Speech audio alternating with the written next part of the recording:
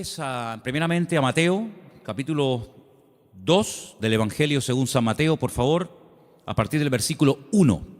Mateo, capítulo 2, versículo 1. Vamos a estar leyendo unos versículos. Dicho sea de paso, mientras los están buscando, esta historia que vamos a leer ahora solamente la encontramos en el Evangelio según San Mateo.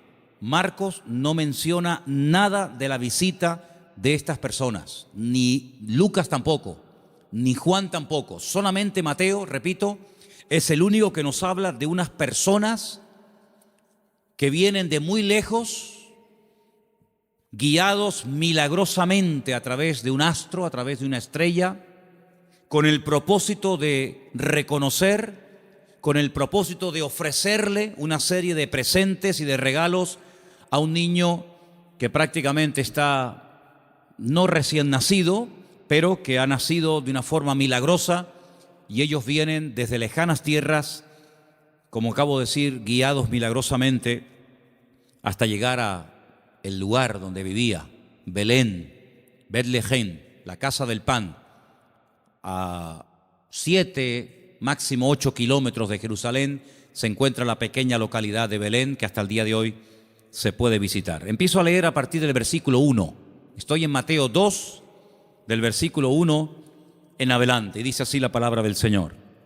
Cuando Jesús nació en Belén de Judea, en días del rey Herodes, vinieron del oriente a Jerusalén unos magos, diciendo: ¿dónde está el rey de los judíos que ha nacido?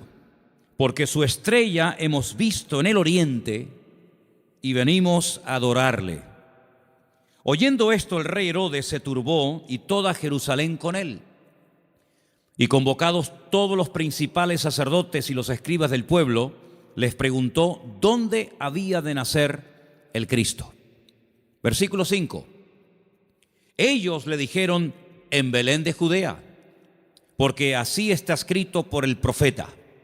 Dicho sea de paso, el profeta Miqueas.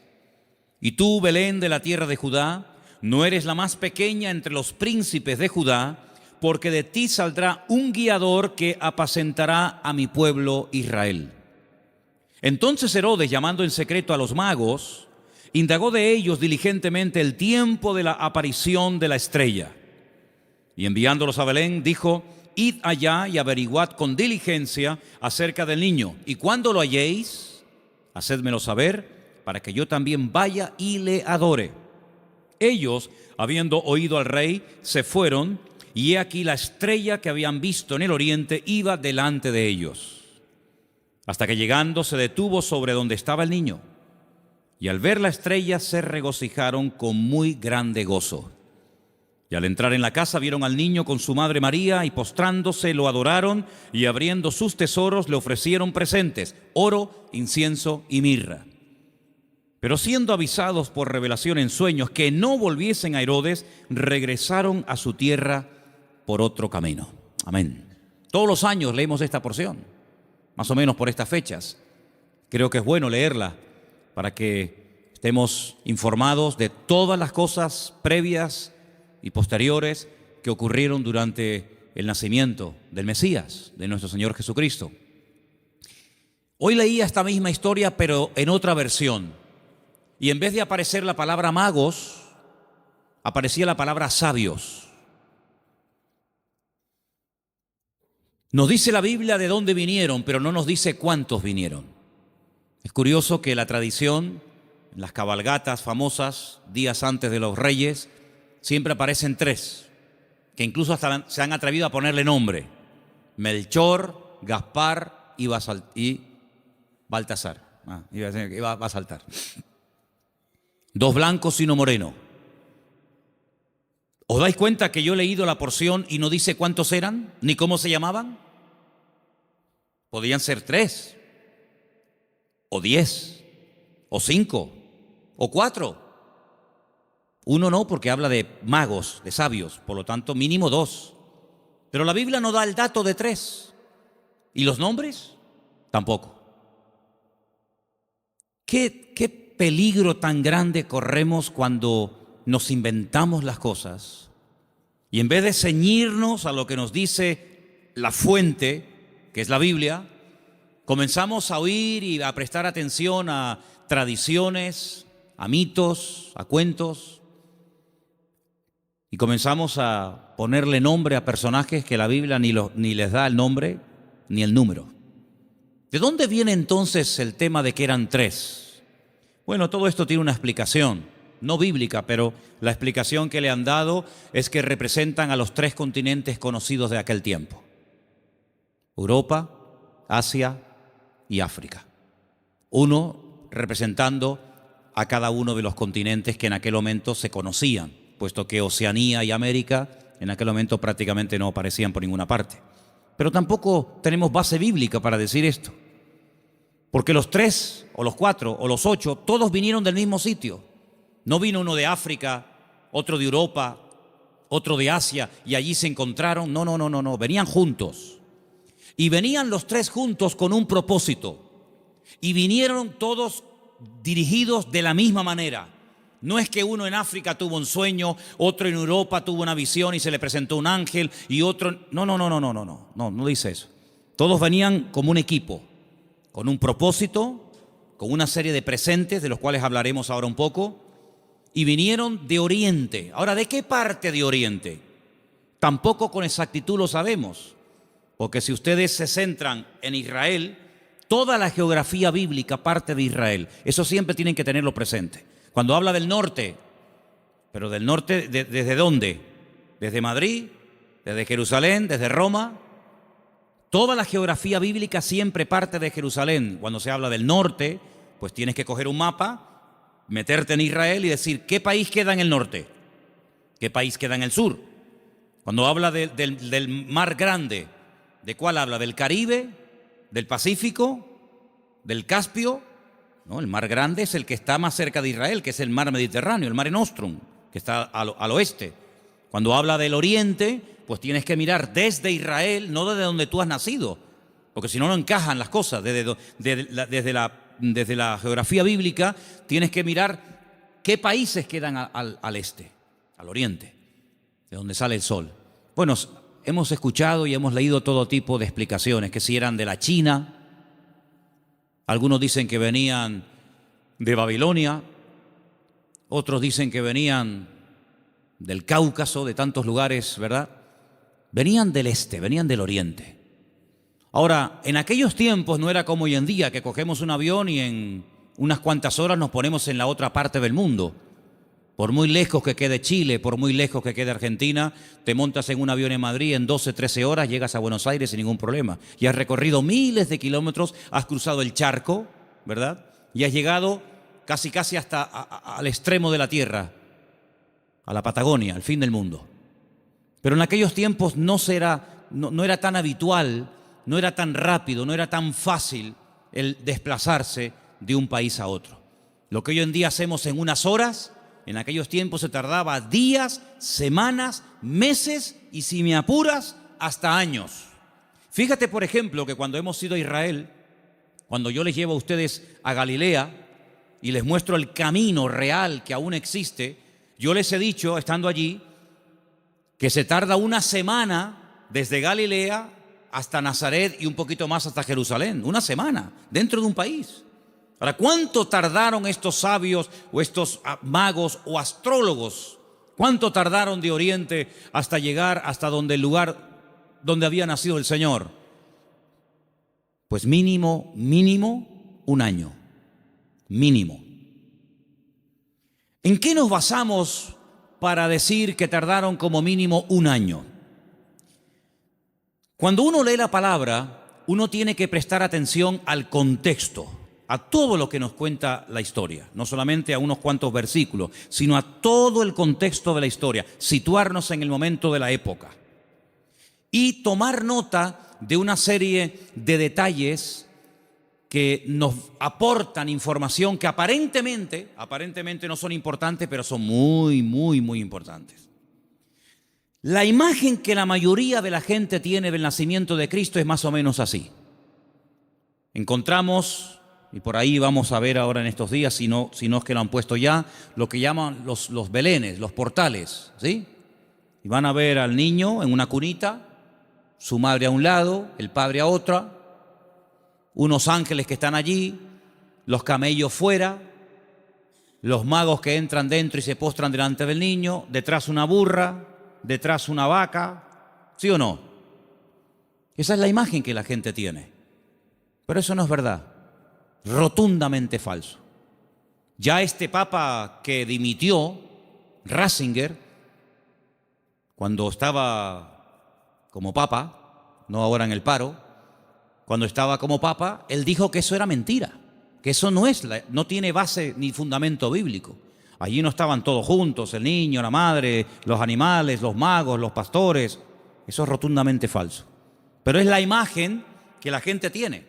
Entonces la gente cuando va al pesebre o al portal que hacen aquí en el ayuntamiento o en otros lugares, pues ve a todos juntos. Sin embargo, si ustedes se fijan, hemos leído en esta noche en el versículo 11 una palabra clave para poder ir desgranando y explicando esta porción.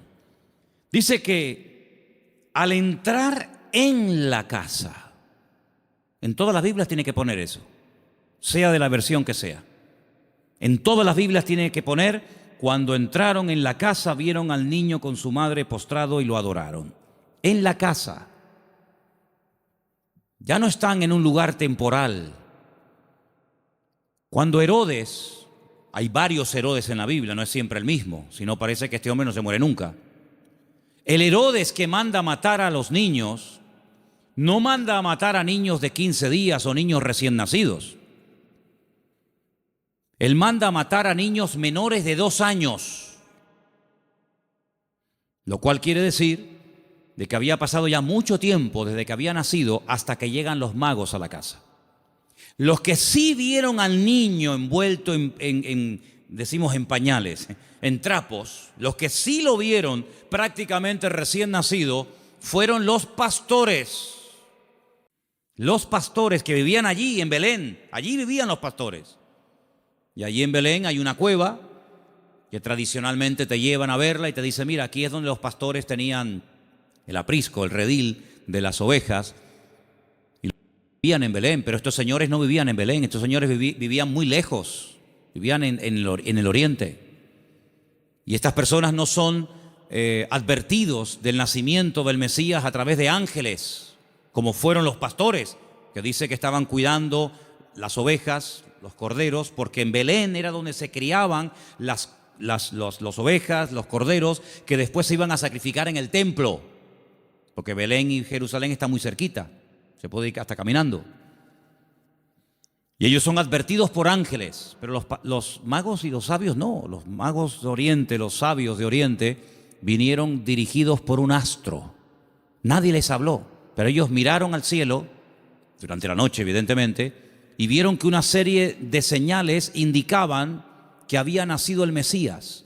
Ahora, ¿esta gente era creyente? ¿Eran paganos? ¿Eran idólatras? ¿Eran judíos? ¿Qué era esta gente? Porque si esta gente observa el horizonte y ve cómo se alinean una serie de estrellas y de astros y de constelaciones, ¿cómo saben ellos que el Mesías de los judíos ha nacido si no son creyentes? Podían haber interpretado esta señal de una forma completamente equivocada. Por ejemplo, en aquellos tiempos era muy común, en los tiempos de la Biblia era muy común que en aquellos sitios de tanta idolatría y de tanta adoración a los astros, al sol, a la luna, a las estrellas, cuando nacía un niño, los sacerdotes de esas religiones sacaban a los niños durante la noche y miraban al cielo. Y ellos interpretaban el momento en el que había nacido el niño, cómo estaba el horizonte, cómo estaban colocadas los astros y las constelaciones, y casi pronosticaban y profetizaban sobre el niño cómo iba a ser. Por ejemplo, hubo un hombre que nació en ese país, en ese lugar de tanta idolatría y de tanta observación a los astros, y fue un señor llamado Taré, que tuvo un hijo llamado Abraham. Y cuando le pusieron el nombre, seguramente interpretaron equivocadamente de los astros que este sería un hombre enaltecido y le marcaron su destino. hasta que él huye de esa tierra y el Señor le dice, levanta la mirada a los cielos, cuenta las estrellas, porque lo que te han profetizado no es así. ¿Cuánta gente queda marcada por la visita a un mago, a un astrólogo, a un curandero o a un adivino, y alguien le dijo que su hija o su hijo, su marido o su esposa o tú o no sé quién iba a pasar esto, esto y esto, y esa palabra falsa quedó ahí impregnada, pero como tú la has creído, a esa mentira tú la alimentas y le das fuerza. Y el diablo se mueve en la mentira, el diablo se mueve en la ignorancia. Entonces te dice, no, es que tú vas a tener un niño, pero se va a morir a corta edad. Y tú crees en esa palabra y la compartes y no sé, y te agarras a ella y le estás dando ideas al diablo. ¿Y cuántas veces queda la gente marcada por falsas profecías, por un pronóstico equivocado, por una carta astral, por una lectura de manos, por lo que dijo una noche un vasito que se movía y apuntaba en no sé qué dirección? ¿Y cuánta gente queda marcada de por vida y creen que van a estar enfermos, que van a morir jóvenes, que el marido se va a ir con otra, etcétera, etcétera, porque han creído una mentira? Y si la verdad te hace libre, la mentira te esclaviza y te amarga y te oprime la vida. Pero estos hombres, cuando miraron ellos creían que aquel Leo y aquellas estrellas, ellos creían que aquello tenía un propósito y una razón. Y ellos no dijeron, ¿será que van a ser un rey en nuestra tierra? ¿Será que va a haber una catástrofe, un tsunami, un terremoto? No, no, ellos no se equivocaron. Ellos interpretaron correctamente aquello y se ponen en marcha. Y como mínimo, te dije antes que tardaron un año. Y ellos no van yendo por todos los países preguntando, oye, ¿será aquí? ¿Será allí? Como aquellos que aquella noche, cuando oyeron la palabra profética del Señor que dice, uno de vosotros me va a entregar, todos dijeron, seré yo, seré yo, seré yo, seré yo, todos menos uno que dijo quién es. Los magos, los sabios de Oriente no comenzaron a ir por Europa, por África, diciendo, será por aquí, será por allá. No, esa estrella, su estrella, no una cualquiera, su estrella, esa señal profética marcada en el cielo, indicaba en una dirección. Ellos seguían y llegaron, nada más y nada menos, que al sitio correcto, al país correcto y al pueblo correcto, Belén de Judea. Y cuando llegan allí, a Herodes, que era el rey que los romanos habían puesto como un títere, le preguntan, ¿dónde está el rey de los judíos? Porque su estrella hemos visto en el oriente y venimos a adorarle. Le están haciendo esta pregunta a un rey. No le están haciendo esta pregunta a un esclavo. No le están haciendo esta pregunta a uno que encuentran por la calle, sino que van al palacio, al Herodión, que aún se puede visitar en Belén, ¿verdad? Y le están preguntando al rey, que supuestamente es el rey de los judíos, ¿dónde está el rey de los judíos? Porque venimos a adorarle. Y ellos reconocen que ese con el que están hablando no es. Claro, por eso dice que se produjo una consternación. La gente comenzó a decir, oye, han venido gente de lejísimos, cargados con unos presentes y unos regalos, una fortuna en oro, en incienso y en mirra. Y dice que vienen a adorar al rey de los judíos y dicen que su estrella han visto en el oriente, y estas noticias corrieron hasta Jerusalén y se produjo un tumulto tremendo porque la gente decía, pero ¿a quién se refieren? Es decir, había nacido el Mesías, profetizado durante siglos y siglos, y nadie se había enterado. Fue como un nacimiento secreto. Nació el Mesías, del cual habló Isaías, Jeremías, Ezequiel y tantos profetas, y nadie se había dado cuenta. ¿No te has parado alguna vez a preguntar que Dios puede hacer muchas cosas hoy en día entre nosotros y no nos hemos dado cuenta de que es el Señor? Y atribuimos a la casualidad o a la coincidencia o a la suerte. Sin embargo, el que tiene todo el control y el dominio siempre es el Señor. ¿Cuántos dicen amén? ¿Cómo supieron interpretar estos hombres estas señales correctamente? Bueno, hay varias opiniones. Una de las opiniones más generalizadas y más aceptadas es que en Oriente, desde el principio de los tiempos, siempre hubo una tendencia del hombre que vivía en aquella zona a estar todo el día observando las constelaciones y las estrellas y los astros, tratando de pronosticar, tratando de averiguar el futuro. Ahí nació toda la astrología, ahí nació toda la brujería, ahí en la cuna de todo eso es Babilonia, Babel. Babel es Babilonia, es el mismo sitio. Babel significa confusión. lo que hoy en día sería Irak. Y fue en aquella zona, en aquella parte del mundo, donde ya en los tiempos del libro del Génesis dice que los hombres quisieron construir una torre.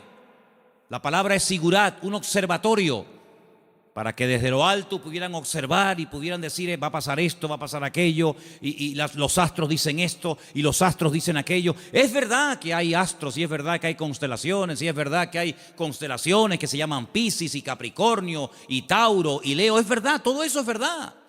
Hay dibujos que se pueden hacer para interpretar todo eso, pero lamentablemente el hombre lo ha tergiversado y el hombre lo ha utilizado para atar, para engañar, para manipular y para tergiversar las verdades.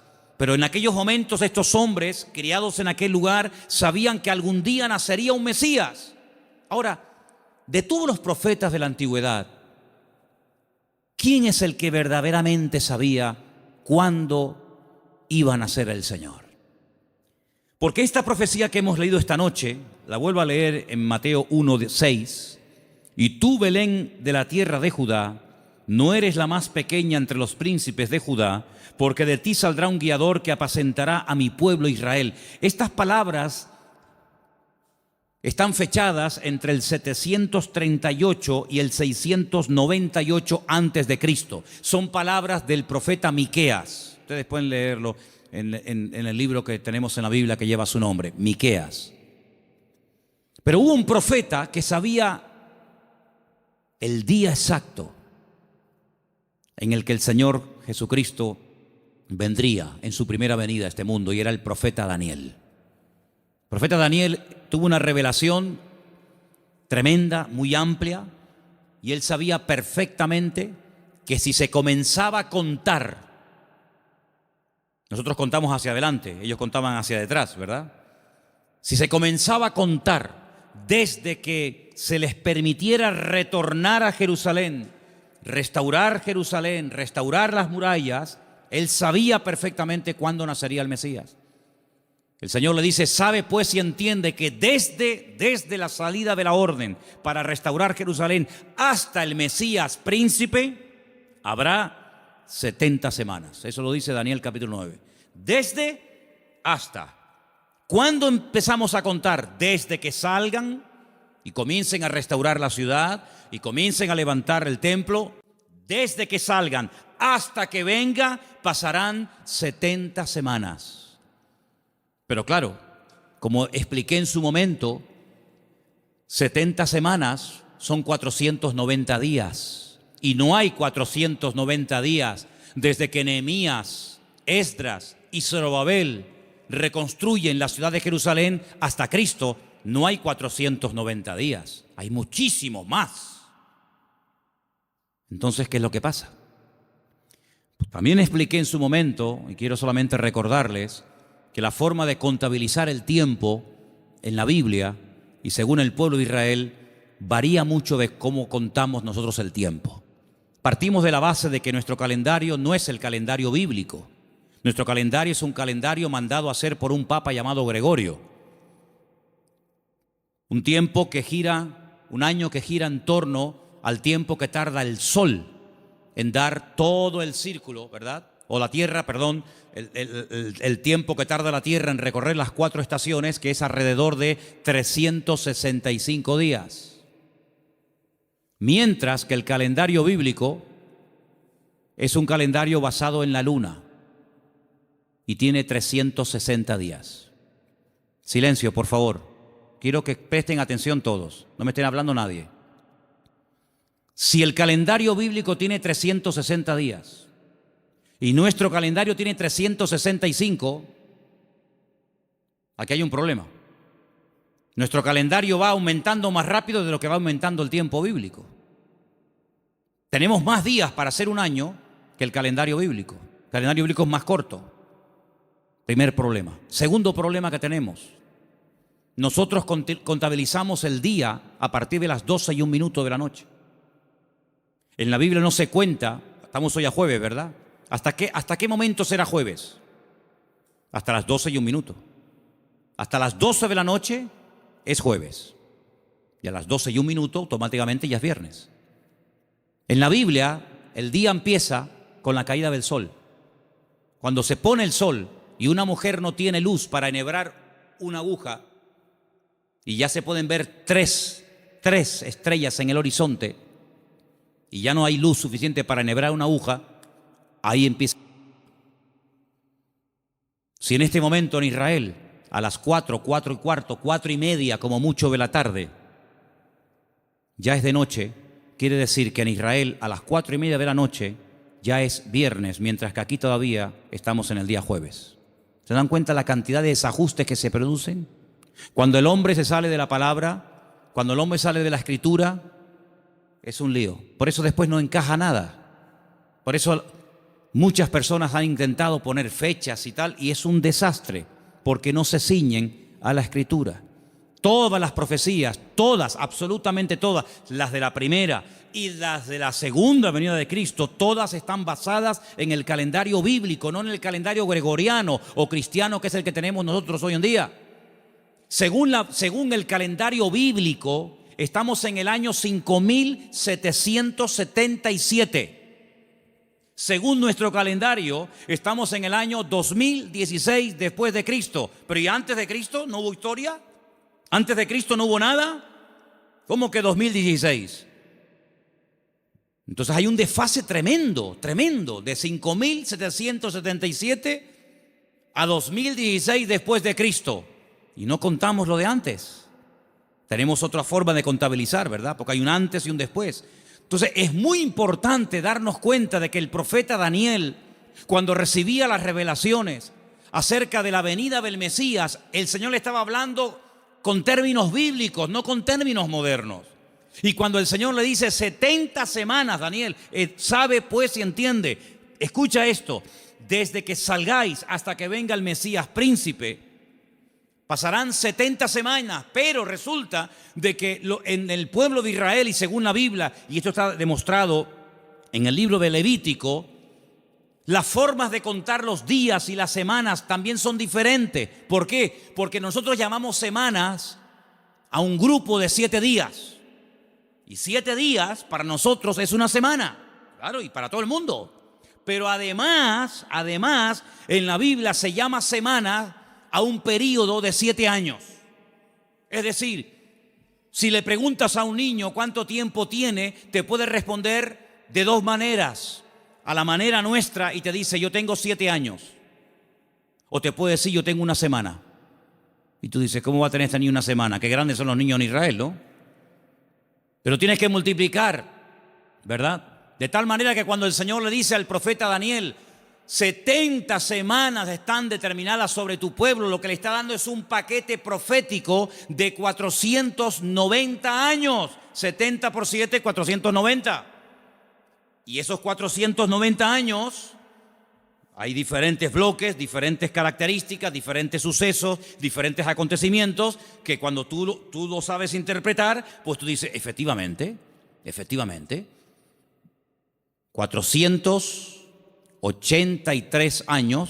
483 años, multiplícalo por años de 360 y te va a dar el número exacto de días que hay desde que salieron de Babilonia y restauraron Jerusalén hasta que entró el Mesías. Pasaron 483 años. Pero dice, pero son 70 años, 70 semanas. Y la última semana, los últimos 7 años, son los famosos 7 años de la gran tribulación. Y todo encaja. La Biblia es matemática pura.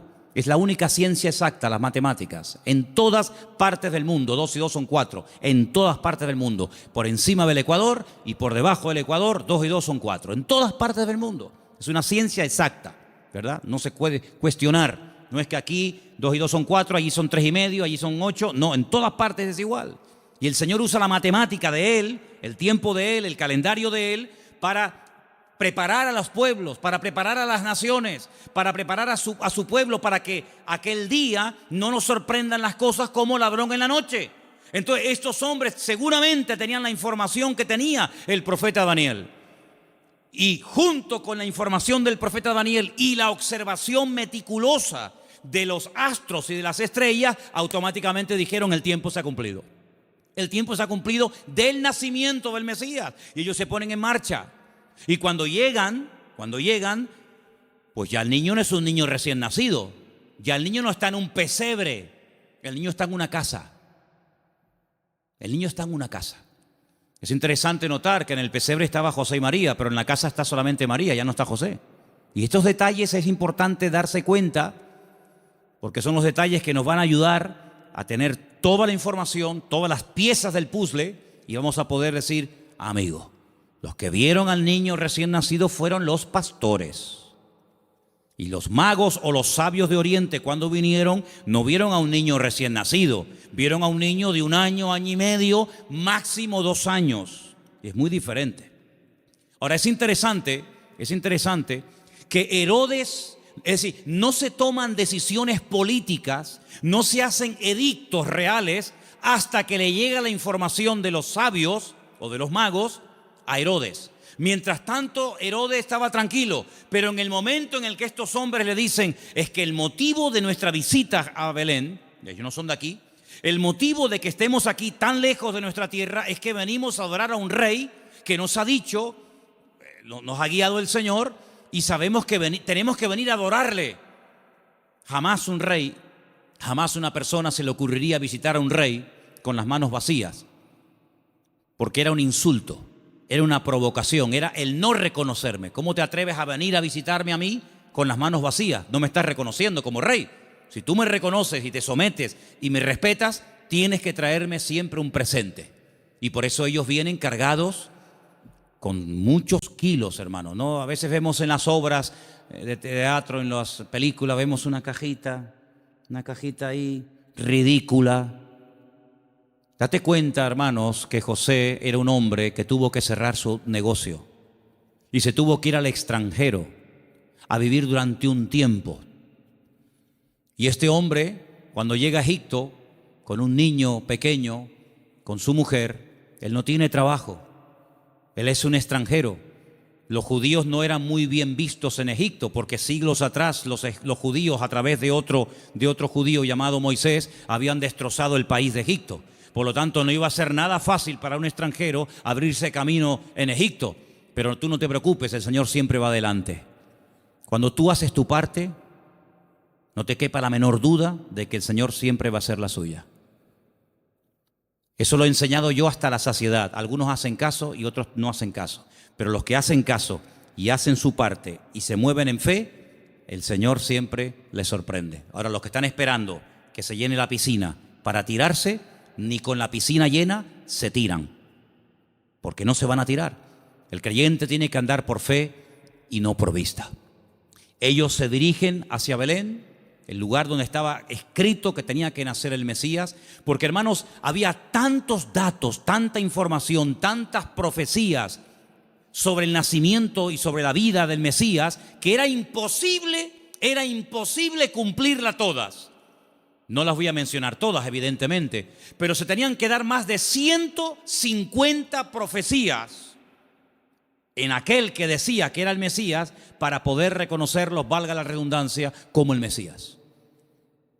Si una persona decía, yo soy el Mesías, y se le preguntaba, ¿de dónde tú eres? ¿Dónde has nacido? Y te decía, yo nací en Capernaum, tú no puedes ser el Mesías. Aunque hagas milagros, aunque prediques muy bonito, tú no puedes ser el Mesías. ¿Por qué? Porque tú no has nacido en Belén de Judea. Por lo tanto, si alguien se levantaba y decía, yo soy el Mesías, y predicaba y hacía milagros, qué bien, ¿será este el Mesías? ¿Cómo te llamas? Yo, Santiago, Jacobo. Tú no puedes ser el Mesías. ¿Por qué? Porque el Señor dice cómo se iba a llamar el Mesías. Si alguien se levantaba y decía, yo soy el Mesías, he sanado enfermos, mudos, ciegos, paralíticos, he resucitado muertos, he limpiado leprosos, y la gente se quedaba con la boca abierta. Si a alguien se le ocurría de preguntarle, ¿de qué tribu eres? ¿Cuál es el origen de tu familia? Y te decía, yo soy de la tribu de Neftalí. Le podía decir, tú eres un falso Mesías. ¿Por qué? Porque la Biblia profetizaba que tenía que ser de la tribu de Judá. No de otra tribu, sino de la tribu de Judá. Por lo tanto, hermanos, era prácticamente imposible que en una persona coincidieran todos los detalles de Belén de Judea, de una joven que nació como nació, de la tribu de Judá, etcétera, etcétera, etcétera. Más aparte, Todas las profecías que tenían que llevarse a cabo durante su ministerio público, aparte cómo lo iban a crucificar, porque el Mesías tenía que morir crucificado, no podía morir de viejo, no podía morir de un tiro, de una flecha, de un arco, de una jabalina, no podía morir de un infarto, tenía que morir crucificado entre dos malhechores, no entre 10, no entre 2. Y no le podían partir ni un solo hueso. Eso es imposible a un crucificado, que no le partan ni un hueso. Se los partieron al de la izquierda, se los partieron al de la derecha, pero a Jesús no. A Jesús no. No le podían partir ningún hueso. Y iba a morir como un inicuo, como un pecador, como un vil pecador, pero iba a ser enterrado como un rico. Tantos y tantos detalles que era prácticamente imposible. Pero suponte, imagínate que de los 150 detalles proféticos que tenían que cumplirse en él, una persona cumpliera 149. Pero queda el examen final, el más difícil de todos, la resurrección.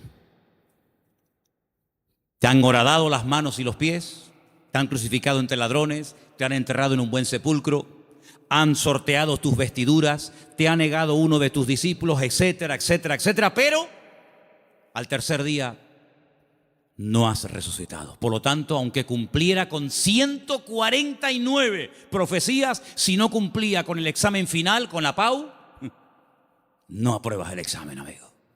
Por lo tanto, hermanos, cuando estos hombres se ponen en marcha, no es por emociones, no es por un sentimiento pasajero, sino es porque están coincidiendo tantas cosas que ellos van en fe y en obediencia, guiados milagrosamente a través del desierto, probablemente un viaje de más de un año, hasta llegar a Belén de Judea. Cuando ellos llegan y le dicen a Herodes que vienen a adorar al Señor, resulta de que le presentan 3 tipos de regalos. Vamos a leerlos nuevamente, por favor. Estamos en Mateo capítulo 2, versículo 11. ¿Lo ponemos? Mateo 2, 11.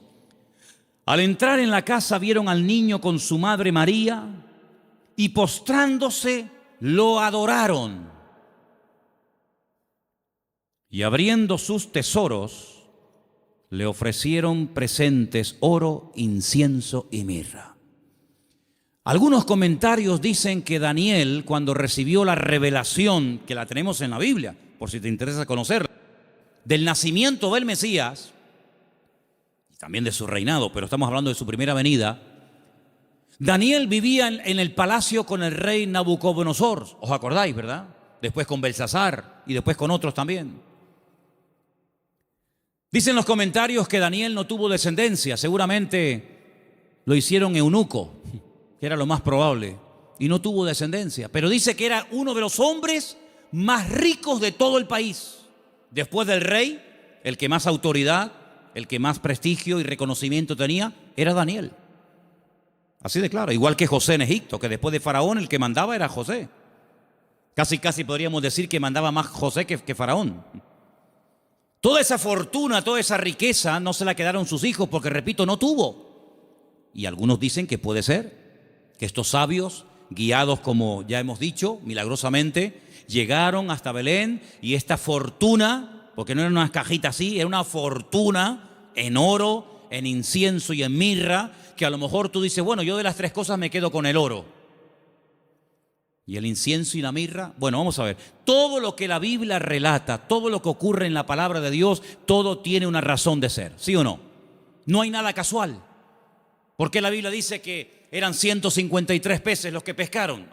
¿Por qué dice la Biblia que comieron 5,000 hombres? ¿Por qué dice la Biblia que le regalaron oro, incienso y mirra? ¿Qué más da? Le hicieron presentes, le hicieron regalos. ¿Y qué más da? No. Lo dice. ¿Te le trajeron qué le trajeron? ¿Ropas? No. ¿Joyas? No. ¿Comida? Tampoco. Oro, incienso y mirra. Tal vez para nosotros esos regalos no sean tan significativos, pero vamos a explicarlos. En estos 3 regalos, nosotros podemos ver, en cierto sentido, el reconocimiento de ese triple ministerio que el Señor Jesucristo llevaría a cabo durante su vida. Ustedes saben que en el Antiguo Testamento o eras profeta o eras rey. Las dos cosas al mismo tiempo no se podía hacer.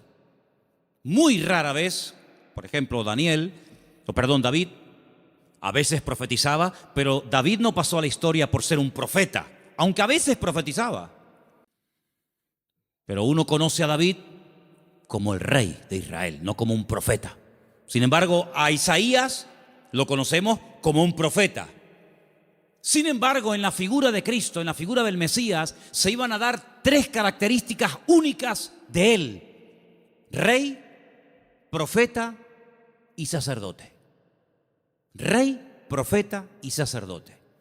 El oro representa en cierto sentido la realeza del Señor Jesucristo, porque Él es el Rey de reyes y Señor de señores. Nadie dijo amén, pero lo es. Él es el Rey de reyes y el Señor de los señores. Nació como rey, lo crucificaron diciendo que era un rey y volverá a este mundo como un rey. Cuando nació dijeron: hemos venido a adorar al rey de los judíos. Era un niño, 1 año y medio, 2 años, pero era un rey. Todavía no se manifestaban sus poderes, sus milagros, pero era un rey. Cuando murió en una cruz, él no lo dijo, pero Pilato dijo: quiero que le pongan encima de la cruz un título, una placa donde ponga en 3 idiomas para que todo el mundo lo entienda, en latín, en hebreo y en griego. Quiero que pongan: este es el rey de los judíos. Es increíble. Cuando Pilato le dice: pero tú eres un rey, ¿sí o no? Y dice: yo para esto he venido a este mundo. Pasa que todo tiene su momento y todo tiene su lugar. Cuando oramos en el Padre Nuestro, lo leemos o lo mencionamos, hay una parte que recordamos que Él es rey. Cuando decimos: venga tu reino, tu reino. Y no hay reino sin rey, y no hay rey sin reino. Por lo tanto, Él es un rey. Y en ese presente del oro, moneda internacional, dicho sea de paso, porque con oro puedes ir a cualquier parte del mundo, se reconoce que Él era un rey. De hecho, ellos dicen: venimos a adorar a un rey. Pequeño, pero al fin y al cabo rey. Luego resulta de que el Señor Jesucristo era profeta, era la voz del Padre, era el que anunciaba las buenas nuevas de salvación a los quebrantados de corazón, a los ciegos, a los prisioneros, a los pobres. Él proclamaba el mensaje, era un profeta. Y ahí lo vemos, hermanos, como la mirra. La mirra era lo que se utilizaba, ¿verdad?, en los ungüentos para ungir a las personas. Y con ese elemento de la mirra vemos que se le reconoce su ministerio profético. ¿Cuántas veces profetizó el Señor? ¿Recuerdan alguna profecía que dijo el Señor? Yo recuerdo muchas. Por ejemplo, una muy sencilla, pero que se cumplió literalmente. En una mesa se queda mirando a todos y les dice: ¿sabéis una cosa? Esta noche uno de ustedes me va a traicionar. ¿Cómo? ¿Nosotros? Eso no puede ser. Nosotros somos tus discípulos. Lo hemos dejado todo para estar contigo. Pero Él profetizó. Eso es una palabra profética. No se había cumplido. Uno de vosotros me va a traicionar. Uno de vosotros me va a negar. Y se cumplió literalmente. Aunque el que lo iba a hacer dijo: no. Aunque todos te abandonen, yo nunca te abandonaré. Y resulta que el que más habla es el que es. Ay, amigo. Yo recuerdo una profecía que dijo el Señor, muy larga, por cierto, la tenemos enterita en Mateo 24. En los últimos tiempos se levantará nación contra nación y reino contra reino, y la maldad se multiplicará, pero el que persevere hasta el fin será salvo. Estamos viendo cómo la maldad se ha disparado de una forma increíble, hermanos, increíble. Raro es el día que usted no ponga la televisión a la hora de las noticias y no oiga tragedias y tragedias y tragedias y más tragedias. Si no es en Alemania, es en Francia. Si no, en Siria. Si no, en Jordania. Si no, en Grecia. Siempre por todos los lados. Hablábamos de Sodoma y Gomorra, pero ¿cuántas ciudades hoy en día han ganado en maldad a Sodoma y Gomorra? Antes había una Sodoma, antes había una Gomorra, ahora hay miles de Sodomas y de Gomorras, miles. La maldad se va a multiplicar. Falsas doctrinas, falsas enseñanzas, terremotos, pestes. Hermano, ¿cuántas palabras dio el Señor? Una palabra profética que dijo, vete, tu criado ha sido sanado en esta misma hora. Es una palabra profética. Estaba allí, pero cuando llega, estaba sanado. Dice, ¿a qué hora fue sanado? Dice, a tal hora. Dice, a esa hora fue cuando él me dijo que iba a ser sanado. Profeta fidedigno, siempre anunciando la verdad. La palabra de Dios claramente. Y como sacerdote, ahí tenemos representado el incienso. El incienso que subía continuamente a la presencia de Dios, recuerda el ministerio sacerdotal. Pero algunos de ustedes dirán, pero Cristo no podía ser sacerdote, porque los sacerdotes eran de la tribu de Judá, de la tribu de Leví. Y Jesús, como tú acabas de decir, no era de la tribu de Leví, era de la tribu de Judá. Los de Judá no podían ser sacerdotes. Es verdad, tienes razón. Pero Jesús no es sacerdote según la tribu de Leví, sino Jesús es sacerdote según Melquisedec, rey de Salem. Porque los levitas desaparecieron, pero el sacerdocio de Cristo es constante, permanente y eterno por los siglos de los siglos. Amén. ¿Te das cuenta? Por lo tanto, todo encaja de una forma perfecta. Oro, incienso y mirra. Ahora puedes salir corriendo a Egipto como extranjero, no tienes trabajo, nadie te va a abrir las puertas, pero tú no te preocupes. El hombre te cerrará las puertas, pero Dios que va delante de ti te abrirá todas. ¿Cuántos dicen amén? Esa es la confianza. Y José no cuestionó, José no dijo, bueno, pero esto es una locura, esto es un disparate, y yo cómo voy a cerrar mi negocio y mis herramientas, y yo me dedico a esto y ahora voy a Egipto, y qué hago yo allí, no hablo el idioma, no me conoce nadie, no tengo clientes. No importa, cuando el Señor te dirija a hacer algo, no tengas miedo. Dice la Biblia que el que pone su mano en el arado y mira atrás, el surco le sale torcido y no sirve. Pero nosotros no andamos por emociones, por sentimientos. Y lo dije una vez, lo que está claro en la palabra, no busque confirmación. Hay gente, no, es que yo quiero ver lo que Dios me dice, que ya te lo dijo. Tú no tienes que orar para ver si es la voluntad de Dios invitar al domingo al culto al vecino. ¿Qué quieres? ¿Molestar a Gabriel con todo lo ocupado que está para que venga a ti a decirte, sí, vete al vecino a hablarle de mí? Cuando la Biblia dice, id por todo el mundo y predicar el evangelio a toda criatura. Lo escrito no necesita confirmación. Los que siempre buscan confirmación son los que dudan, los que no se terminan de fiar, los cobardes como Gedeón, que ponía una prueba y vamos a poner otra, y vamos a poner otra. ¿Cuántas pruebas queremos? Por lo tanto, hermanos, la visita de esta gente fue algo realmente increíble, algo tremendo. Pero, al mismo tiempo, tengo que decir que Herodes le dio un encargo. Herodes les dijo, bueno, pues díganme dónde está exactamente para que yo después vaya y también le adore juntamente con ustedes. Estaba mintiendo, estaba diciendo mentiras. Nunca fue a adorarlo, al contrario. Al contrario. Vamos a leerlo. Estamos en Mateo capítulo 2.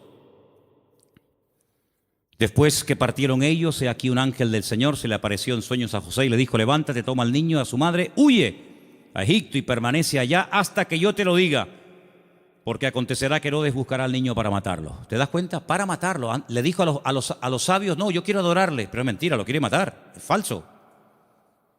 Y él despertando tomó de noche. Pero si el Señor me ha hablado, cuanto antes ponga la palabra en práctica, mejor. ¿Para qué esperar a mañana? De noche, me levanté. Se levantó de noche y dice, tomó al niño y a su madre y se fue a Egipto. Y estuvo allá hasta la muerte de Herodes, para que se cumpliese lo dicho por el Señor por medio del profeta, cuando dijo, de Egipto llamé a mi hijo.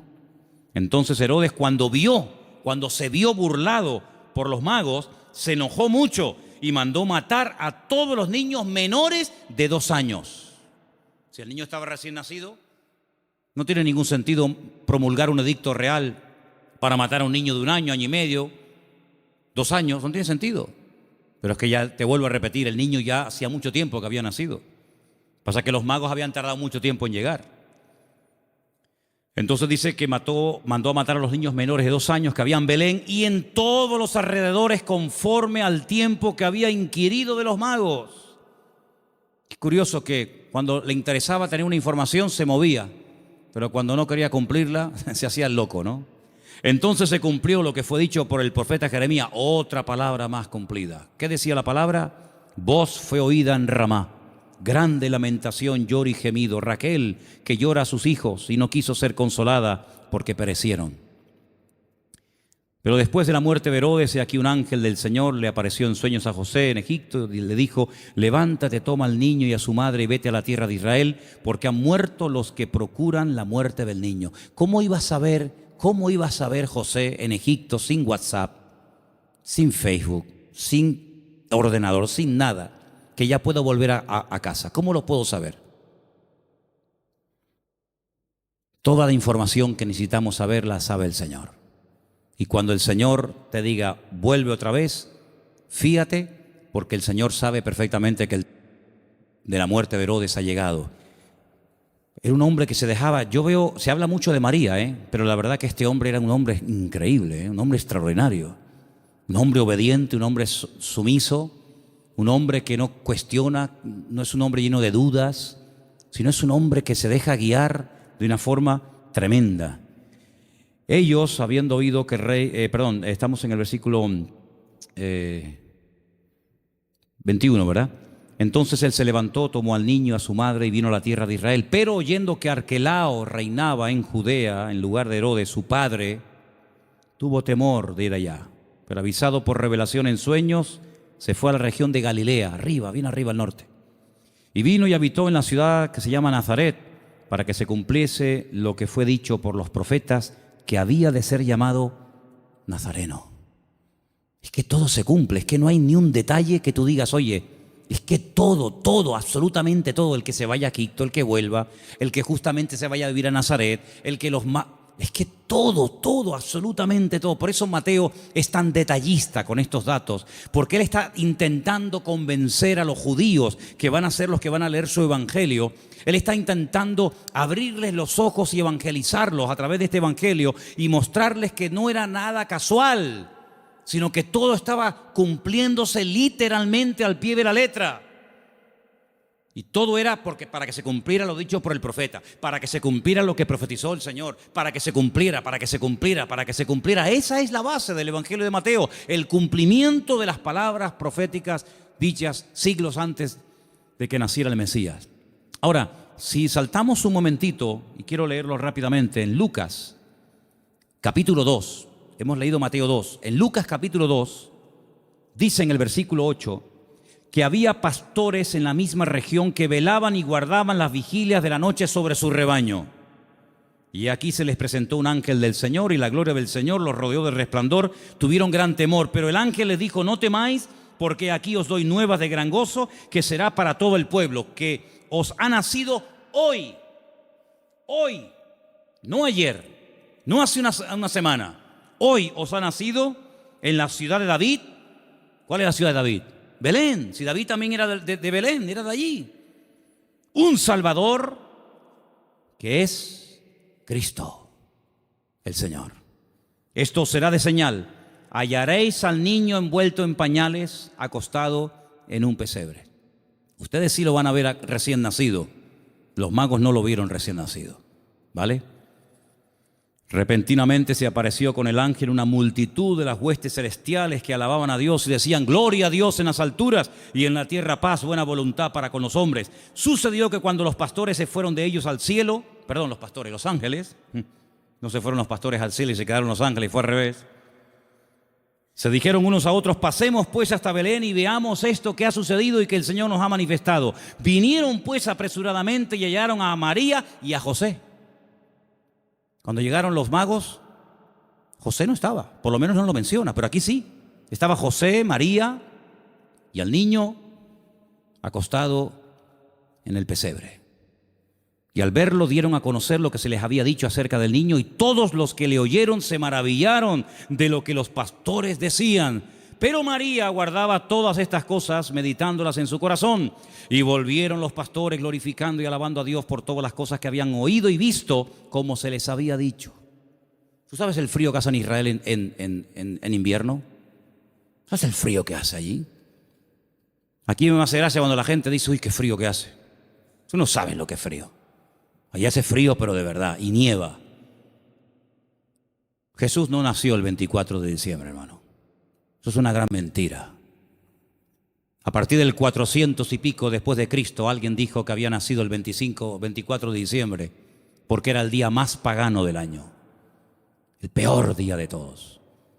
Y entonces dijeron, bueno, pues el día peor, el más pagano, el más terrible, vamos a cristianizarlo. Y vamos a decirle al mundo que el Mesías nació en este día, para que en vez de adorar al sol y en vez de adorar las barbaridades que adoran, adoren al Rey, al Señor Jesús. Y desde ese momento, pues se instituyó pues esa fecha. Pero Jesús no nació en diciembre. Jesús nació, y se puede demostrar bíblicamente, y en la página web Luis ha hecho un trabajo extraordinario de las tablas de los tiempos en los que ministraban los sacerdotes en el templo en Jerusalén, etcétera, etcétera. Jesús nació entre septiembre y el mes de octubre. Entre septiembre y octubre. ¿Os dais cuenta también el detalle de Lucas, que no habla de animales dentro del pesebre? Judío jamás en la vida dormiría junto a animales. Jamás en la vida. Usted no puede leer la Biblia, y menos el Nuevo Testamento, con una visión occidental o puramente cristiana, porque usted no tiene ningún problema en ver una vaca, una oveja, una cabra y una mujer No, perdone. Judío es tremendamente escrupuloso para eso. Los animales jamás conviven con los hombres, ni los hombres conviven con los animales. Ese es el cuento. Yo siempre he dicho que el portal de Belén es idolatría en miniatura, ¿o no? ¿Qué diferencia hay entre tener a un Cristo así de grande y tener a uno así chiquitito? Bueno, perdón, cuando yo era pequeño, mi madre tenía en lo que se llamaba el portal de Belén un cacho de Cristo así, ¿eh? De pequeño nada, era así, ¿eh? Desnudito, con el pañalito y con los deditos así. Y con una corona así, y con una cunita como de paja. ¿Qué diferencia hay entre adorar a un Cristo así, o uno así, o uno así, o uno así? Ninguna. El tamaño no hace mayor o menor el pecado. No te harás imagen, dice la Biblia. No te harás imagen. No te harás imagen. ¿Dónde dice eso? Éxodo 20. No te harás imagen de lo que está arriba, ni abajo, ni aún debajo de la tierra. Ni te postrarás, ni las honrarás. En la casa de un creyente no puede haber ningún tipo de imágenes, ni de santitos, ni de vírgenes, ni de Cristo, ni de nada habido por haber. Es que es el Señor. ¿Qué es Señor? Es que es María. Es que es José. No, eso es falso. Un pesebre, un portal, es idolatría en miniatura. Idolatría en miniatura. Y la Biblia prohíbe a un creyente adorar y hacer, no solamente, es que yo no lo adoro, pero lo ha hecho. Dice la Biblia, no te harás. Porque no solamente dice no adorarás, sino dice no te harás. ¿Qué diferencia hay? Bueno, yo no la adoro, pero la ha hecho, por lo tanto es lo mismo. Eso no es de Dios. Eso no es de Dios. Entonces, queridos hermanos, no nació en diciembre, porque dice que estaban cuidando las vigilias de la noche. Los pastores en diciembre no están al aire libre, pasando frío, con nieve y con temperaturas bajo cero, sino que están guardados. Era la fiesta entre septiembre y octubre, era una fiesta, por eso todo estaba lleno. No había lugar, claro. ¿Por qué no había lugar? Tanta gente hay en aquellos días, en aquel lugar. En aquellos días sí. ¿Por qué? Porque era la famosa fiesta de los tabernáculos. La fiesta de Sucot, y se tradujo la palabra Sucá por la palabra pesebre, y así todo quedó bonito. Era una cabaña improvisada donde él pudo estar con su mujer dando a luz, pero nada de vaquitas, ni cabras, ni ovejas, ni animales dentro en absoluto, para nada, para nada. Por lo tanto, hermanos, lo que tenemos que hacer es leer más la palabra, prestar atención a lo que dice la Biblia, menos películas y menos clichés que tenemos en la cabeza que nos han metido desde que somos pequeñitos. Y sobre todo, hermanos, quiero terminar diciendo esto. Y el domingo lo voy a repetir hasta la saciedad, me lo vais a escuchar. ¿Habéis escuchado en estos días la palabra Jesús, la palabra Cristo? Yo no la he escuchado por ningún lado. Yo no la he escuchado. Papá Noel, bengalas, piñata, langostino,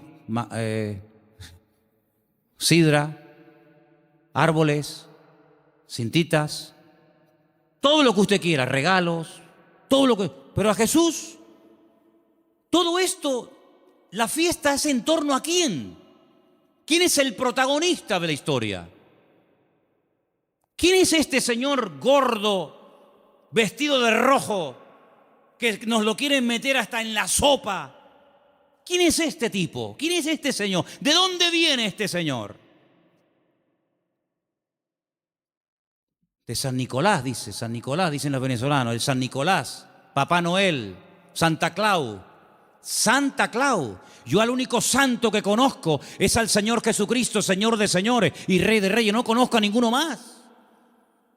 Hermano, o nos vamos a la Biblia o nos salimos de la misma. El protagonista en estos días no es Papá Noel, no son los magos, no es el arbolito. El protagonista tiene que ser nuestro Señor Jesucristo, que aunque el mundo diga que ha nacido en diciembre, bueno, está bien, diciembre, enero, ¿qué más da?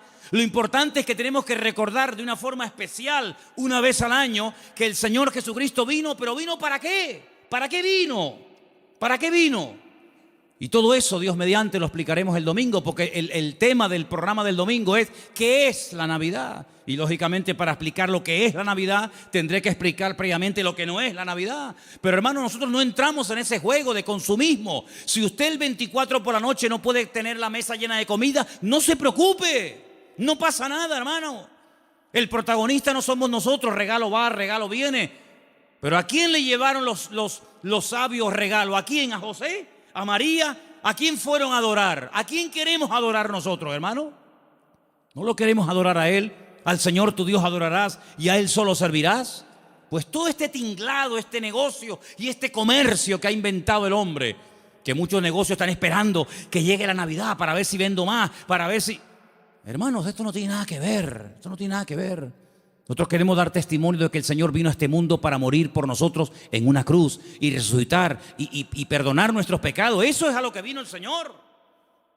Que en cierto sentido, sí, fue un día alegre el día de su nacimiento, pero también fue el principio del fin. En el sentido de que ese niño hermoso y bonito y anunciado por ángeles y profetizado por centenares de profetas ha nacido para morir y morir de una forma terrible, terrible.